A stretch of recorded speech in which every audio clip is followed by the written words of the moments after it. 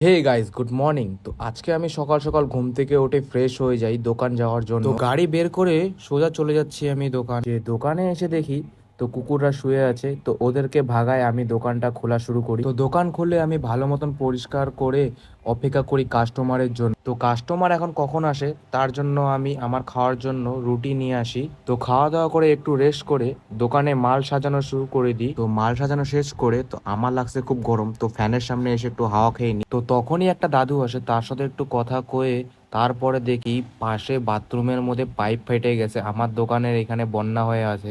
তো কিছুক্ষণ পরে একটা কাস্টমার আসে, সে আমার থেকে একটা কুয়ার বালতি নিয়ে চলে গেল। আবার একটা কাস্টমার আছে, সেও কুয়ার বালতি কিনে চলে গেল। তো কিছুক্ষণ পর দেখি যে আকাশটা খুব খারাপ আছে, বলতে বলতে বৃষ্টি নেমে গেল। তো ফটাফট আমি দোকানের মাল ঢুকিয়ে নিই। তো বৃষ্টি খুব জোরে হচ্ছে, কখন থামবে বলা মুশকিল। তো বৃষ্টি থামার পরে দোকানে একটা দাদু আসে, তার টাকের মধ্যে আমি একটু ঢোল বাজাই নি।